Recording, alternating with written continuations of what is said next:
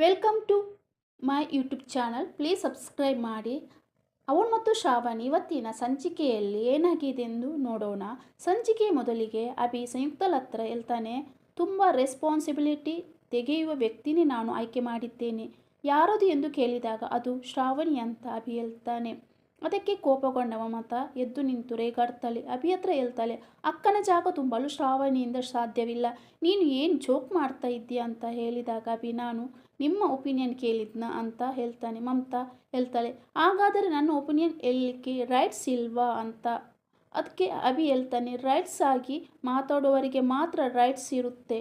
IT ride ಆದ ಮೇಲೆ ನನ್ನ ಬಗ್ಗೆ ಮಾರ್ಕೆಟ್ನಲ್ಲಿ ಎಷ್ಟೋ ಜನ ಮಾತಾಡ್ತಾ ಇದ್ದಾರೆ ಗೊತ್ತಾ.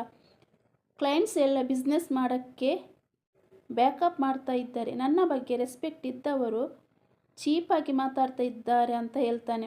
ಇಷ್ಟಾದರೂ ಕಂಪನಿ ಸ್ಟ್ರಕ್ಚರ್ ಚೇಂಜ್ ಮಾಡಲಿಲ್ಲ ಅಂತಾದರೆ ಬಾಗಿಲು ಹಾಕ್ಕೊಂಡು ಮನೆಗೆ ಬರಬೇಕು ಅಂತ ಹೇಳ್ತಾನೆ. ಅದಕ್ಕೆ ಮಮತಾ ಹೇಳ್ತಾನೆ, ಅಕ್ಕನ ಕೈಯಲ್ಲಿ ಡೈರೆಕ್ಟಾಗಿ ಕೆಲಸ ಮಾಡೋಕ್ಕಾಗಲ್ಲ ಅಂತ ನೀನು ಇಂಡೈರೆಕ್ಟಾಗಿ ಹೇಳ್ತಿದ್ದೀಯಾ ಅಂತ ಹೇಳ್ತಾಳೆ.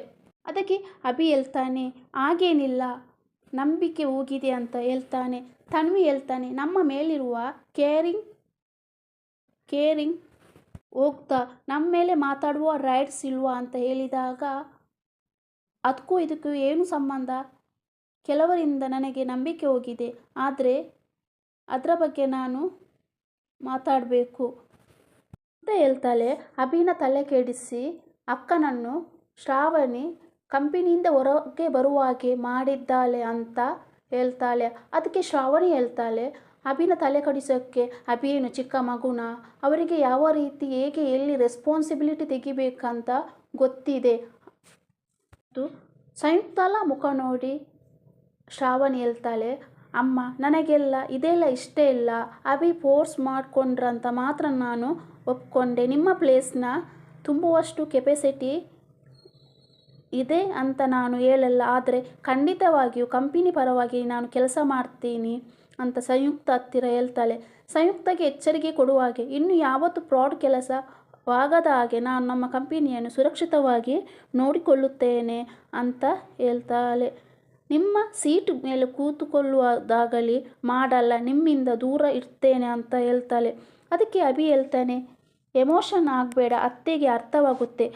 ಅಲ್ಲ ಅತ್ತೆ ಅಂತ ಅಭಿ ಸಂಯುಕ್ತನ ಹತ್ರ ಹೇಳ್ತಾನೆ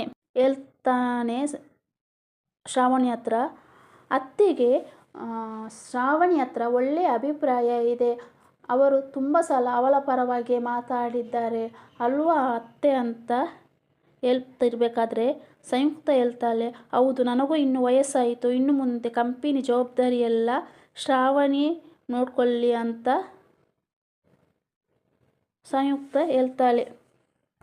ಅಭಿ ಹೇಳ್ತಾನೆ, ನನಗೆ ಗೊತ್ತಿತ್ತು ಅತ್ತೆ ನಿನಗೆ ಕಂಪನಿ ಜವಾಬ್ದಾರಿ ಕೊಡಲು ಒಪ್ಕೊಳ್ತಾರೆ ಅಂತ ಶ್ರಾವಣಿ ಹತ್ರ ಅಭಿ ಹೇಳ್ತಾನೆ.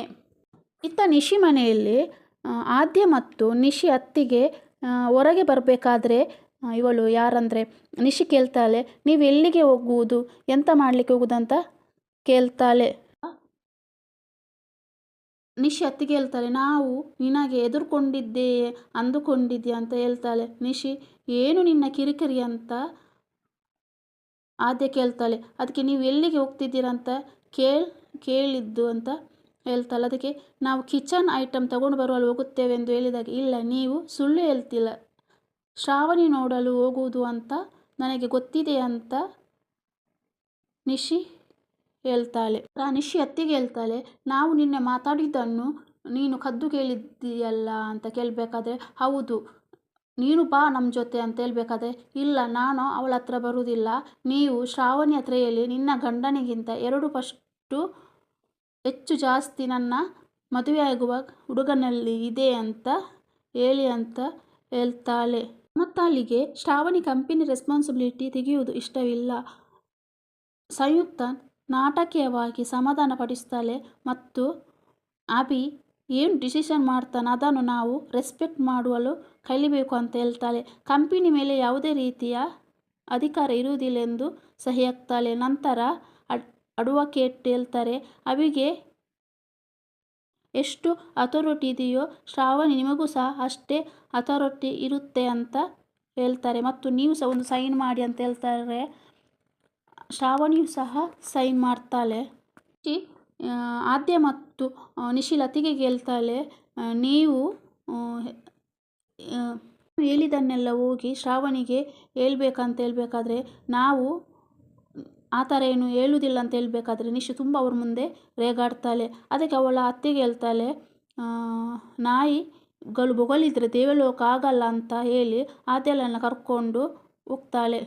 ನಂತರ ಲಾಯರ್ ಹೇಳ್ತಾರೆ ಶ್ರಾವಣಿಗೆ, ಇನ್ನು ಕಂಪನಿ ರೆಸ್ಪಾನ್ಸಿಬಿಲಿಟಿ ಎಲ್ಲ ನೀವೇ ತಗೊಳ್ಬೇಕು, ಅದರ ಜವಾಬ್ದಾರಿ ಬಗ್ಗೆ ಈ ಫೈಲಲ್ಲಿ ಇದೆ ಅಂತ ಹೇಳ್ತಾರೆ.